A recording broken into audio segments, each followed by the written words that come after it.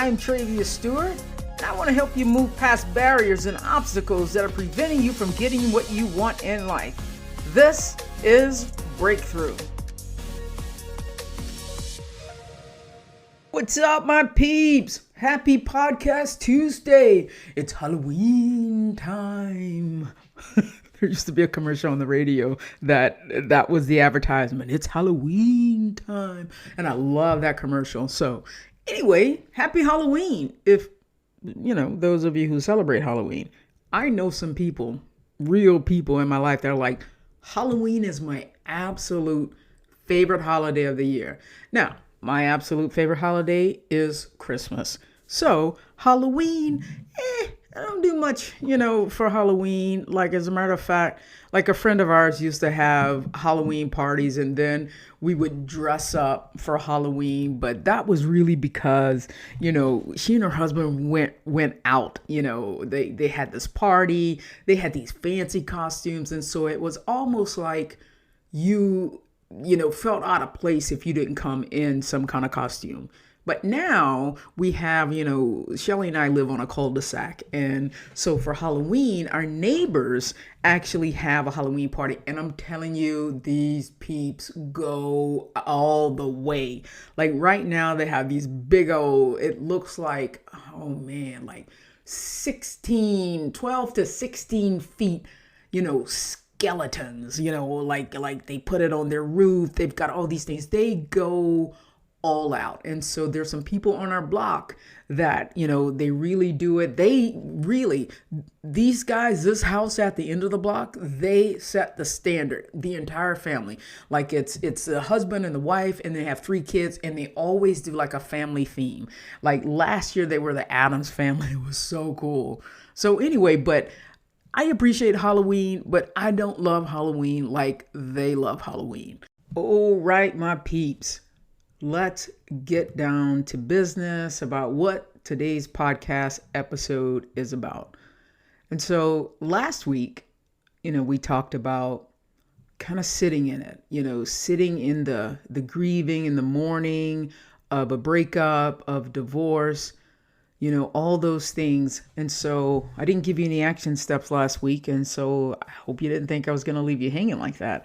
But I wanted to take a moment and separate out that episode from this episode, because no matter if you have recently experienced like the end of a relationship, like a divorce or a breakup, or maybe you're here to support someone, like I'm supporting someone through a divorce right now. This episode is about finding the strength to even be open to the possibility or possibilities and new beginnings. And it's about rediscovering, if you're the person, your own identity, charting a course for a brighter future. And I'm not talking about just jumping into a relationship right now, because we all know that letting go, it isn't easy, especially when that person meant so much to you, especially when they were a part of your blueprint, It can be, full of heartache, like we talked about, confusion. It can also be an opportunity for self-discovery, for you learning all the things that you had forgotten about, And so it's an opportunity for growth. It's an opportunity to, prove and show and demonstrate how resilient you are and can be. But it's also a chance to redefine what love and happiness in a relationship and self-worth really mean to you. So if you're ready to explore, moving forward after you turn the page on one chapter and turn the page to start a new one, maybe you just need a reassuring voice to guide you. Maybe you just, right now, picture me as the friend who is, guiding you, holding your hand through this process and cheering you on the whole way that you have got this. You can do this. And, I want this episode to be something that maybe you can go back to when you're doubting yourself. And so I know that, Lots of people have been broken up with. I've been broken up with. I have, felt betrayed. You may be in a place where you're feeling betrayed on every level. You're feeling like you can't trust, you can't love again. And one of the big things is your blueprint has been altered. And when I talk about blueprint, this is like, generally we start forming our blueprint sometime in our teenage years, late teenage, early 20s. And it's kind of like what you imagine your life would be. And so when you're at that age, you're like, oh, I'm going to have, this car, that car, this kind of house. I'm going to live in the Northwest or the Southeast, whatever. I'm going to be married and love, and we're going to have a picket fence. We all have this blueprint. And I don't know anyone who, has a blueprint and I'm going to get married 8 times. I'm going to get married 3 times. Our blueprint is generally, I know for most people and for me, is to fall in love one time, get married, and be with that person for the rest of your life. But you know what? Things don't always happen like that. And so that's when we have to alter our blueprint. And even as we begin to question and re-question, there are things we want to keep having conversations with the people. We want to, keep talking to them, because sometimes when you really, really love that person, it's hard to think about going to the next chapter. It's hard to think about closure. You feel like, talking about it will just help you feel better. And you just want to keep talking about it. And I believe that is all good. And you talk about it until there's nothing else left to say, because we get to a point to where we just keep rehatching the same thing. And it's kind of like, you're in a car and you're just doing donuts in the parking lot, very, very slow donuts in the parking lot. And the slow donuts in the parking lot is your time to mourn. It's your time to get it all out. It's your time to grieve that relationship. And we do all know that this takes time. But when you're finished grieving and mourning, you'll get to the point of recognizing one day you'll look up and go, I am so much better off right now. Now that it may take you a few months, it might take a year or so to get there. But there will be a day where you recognize, because you were the person who was left. You were the person who was cheated on. You were the person who was broken up with. And if you were not treated the way you know in your heart you deserve to be treated, coming from the best version of you, you are better off now. Because the other person wasn't willing to truly do the work. They weren't really willing to fix the things that were broken in the relationship. And in a relationship, you can't do the work alone. But this isn't about rehatching all of this stuff. This is actually about moving forward and getting to a point where you are grateful for the revelations that surface. You are grateful for all of the things that you were able to find out about that person. It's all about the lessons that you learn that you will take into your next relationship, things that you will do differently, things that you will not repeat. And, this could look like maybe it's creating new rules for when you bring things up. We're not going to just sweep things under the rug. It can be, speaking up for something that you really, really want. Your standards will be higher because you're no longer going to accept the average mediocrity. And I firmly believe that when you enter into the next chapter, especially when you're ready to begin to find love, you have a different philosophy of what love is. And that doesn't mean that you get to a point you're like, I'm never going to open my heart to anyone else. You love differently. You love more intentionally. And when you're being intentional and when you are consciously creating the relationship, you're consciously creating who you are in that relationship, you are able to, if any red flags are coming up, we don't want to just keep collecting red flags and putting them up on the shelf. In the next chapter, you can head these things off at the path because experience is now on your side. This next chapter is also about creating different results right? Because we're setting different standards. We have, we're lining up our values, with the person that, we want to be with in the next relationship. We're lining up our values without that person. We're lining up our values about what's important to us right now, what's important to you, because maybe there was a point in the relationship, maybe for most of the relationship, you put all your apples in that basket and you lost who you were. And this is a time to get back and figure out who you really are, what you like, what you enjoy. How do you spend time by yourself? And the real healing takes place in the moments, honestly, I believe, when you're by yourself. And when you can spend time and enjoy being by yourself, doing the things that you really want to do. And sometimes that's curling up on the couch, reading a good book. Sometimes it's catching up on your Netflix show. Sometimes it's just having a glass of wine on the patio next to the pool, whatever that thing is. But enjoying the company of one, enjoying a table for one, of you, where you get to a point where you enjoy being you and being with you.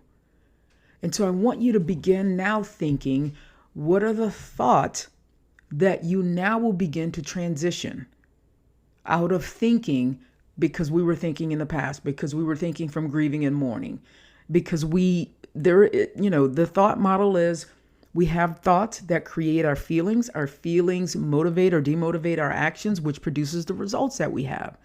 And so if you stay in the pits of not feeling good enough, which just makes you feel shittier and shittier, that's going to keep you having thoughts of feeling shitty and then not taking actions to create your next chapter. And then you're going to still just be doing donuts in the parking lot. And what I want you to think about when you begin to shift this thinking and shift the thoughts that you now really want to believe about yourself, because who wants to believe that they're terrible? Who wants to believe that they're not good enough? Who wants to believe that they're not worthy? Who wants to believe that, this new person is better than they are? We don't want to pick the scabs of doing those things to ourselves. So don't do that to yourself. Because honestly, when you were the person who was cheated on, who was divorced, who was broken up with, and especially if it was, behind some behavior that was, you're like, I don't even recognize this person. I had no idea they would do that. I'm not talking about like these amicable, divorces or breakups or whatever. I'm talking about when you feel betrayed. The behavior of that partner has nothing to do with you. It has nothing to do with if you're good enough. Nothing to do with if you're lovable. And so it has everything to do with you now going on a journey of healing, creating the thoughts that you really want to think for future you so that you can feel the way you want to feel for future you. Therefore, you're able to take the actions and get different results, and you leave that parking lot from doing donuts in it, right? And you have to get to the point of knowing that when you're the one cheated on or broken up with, it was not your fault. Even if it's like, well, you stopped, loving me. We stopped having sex. We stopped talking. It takes two. So it's not your fault. It's not your place to take all of the blame. So tell yourself, in those moments when you sit there and you ruminate on what could I have done better? What could I have done differently? What could I have changed? It's not your fault. And we don't want to keep looking back in the past because that's why it's in the past. And we want to get to a point where you are no longer judging yourself as inadequate or unworthy. And in changing those thought patterns and that thought model, forgive yourself. When you say, I'm just not as good as, even if you see them with someone else and you're thinking, oh my goodness, she's smaller, she's thinner, she's got more muscles, whatever the thing is, you get to a point of going, I'm feeling inadequate, I'm feeling unworthy. You have to forgive yourself and stop judging yourself. And one of the things I learned from Byron Katie is I forgive myself for judging myself as inadequate. I forgive myself for judging myself as unworthy. One of the things that, we have these these default sentences. We have these thoughts that we carry around like luggage in a suitcase, and it's like we pack on all the evidence. See, that's why I'm not worthy. You see, that's why, so and so is better. Catch those judgments and start ripping them out, because they're weeds in your flower garden. And we know what happens when weeds begin to take over flowers and roses. Before you look, you have all weeds. Because wherever your attention goes, your focus expands on the thing. So if you're just looking at weeds in the garden, those weeds are going to multiply, and all you're going to see are more weeds. So if you or someone moving on from a divorce or a breakup, and maybe you were someone who put all your apples in that one basket, you're like, this is the only relationship, I don't need any friends, I don't need such and such. It's never too late to create new friendships. It's never too late to create new relationships, new, people to lean on, people to communicate with, people to talk to, people to hang out with. It's never too late to create a new relationship with you, so that you are a better version in your next relationship. And so even if you have to tweak your blueprint, this takes courage to move on. It takes courage to turn the page. It takes courage to put yourself out there again. And what we want to do is get to a point of omitting, leaving out, eliminating what you think others are thinking of you, because what you think what other people are saying about you is none of your business. And we want to just focus on the thoughts that's creating the you you're becoming. When you get ready to move on, we want to turn the page completely. We don't want to keep going back and smelling that old trash in the landfill. We don't want to go back to doing donuts in the parking lot, because we never, and I love this quote from Steve Harvey, don't make a man tell you twice he doesn't want you. Don't make a woman tell you twice she doesn't want you. And so when you're ready to fully turn that page, to fully step in to the greatest version of you in your bold new future, the first thing I want you to think about is know what you want when the time comes for your next relationship. Maybe it's even in your friendships. One of the things that, my partner right now, she was broken up with. She was cheated on. And before I came along, the one thing that she wanted was communication. And boy, did she get it, right? I wanted to talk about everything. Guys, I love to talk. I will talk to everybody about anything. So when I came along, she got all the communication she ever needed. And sometimes she's like, okay, can we communicate a little less? Because I want to talk about everything. And she's like, we're going to talk about that too. And I was like, yes, we're going to talk about that too. I want to talk about everything. I want there to be no secrets. I want there to be nothing swept under the rug. So think about what your must have is, like your top choice. And, you do not pass go if that thing doesn't exist. Like, don't talk yourself into it. Oh, well, it'll come along. Oh, well, no. If your number one must have is not there, let them go. Move on. And then number two, you have to get to a point where you allow the past to stay there, because the past is a past for a reason. And then get to a point of where you can be so honest about every single thing that you're feeling. Get to a point of being honest about your feelings with yourself, so that you can always feel free and openly share how you're feeling with other people. And then the last thing that I want you to do, and this is a little bit of homework for you, an exercise that I have used with some clients, is rewriting your story, rewriting the main plot points of what happened in your breakup, in your divorce. But you're going to write that story from your perspective, with you as the hero. And so finding the things that you're proud of, finding those moments when you didn't think you could be as strong as you were, or as resilient, or, you found a gear, a level that you had no idea that you had. Write it from that point of view, and keep writing it, until you're the hero, until there's nothing left for you to feel bad about, because in everything that you think about, every time you go back and think about the past, you are rewriting that story, those plot points as the hero. And then what you're going to do is practice that story, practice it so much until you begin to believe it. And the hero of the story, that story that you're writing, will then replace all of those shitty memories that you keep reliving and reliving.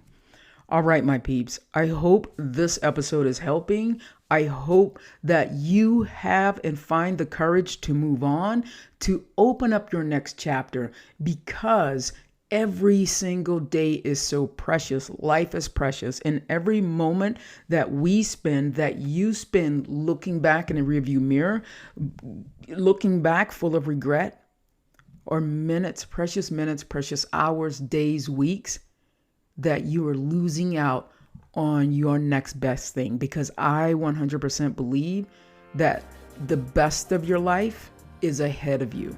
And you have to approach it that way. The best of your life is yet to come.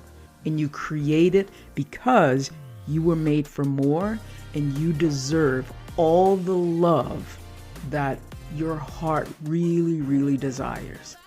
All right, my peeps. Have a fantastic rest of your week, and we'll talk next week.